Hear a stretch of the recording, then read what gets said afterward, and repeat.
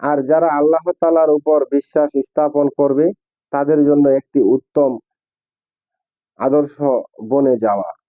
যথা পরবর্তী আয়াতে আল্লাহ তাআলা ইরশাদ করেছেন, একনিষ্ঠভাবে তার বরত্ব ঘোষণা করে এবং তার সাথে আর কাউকে শরীক করো না।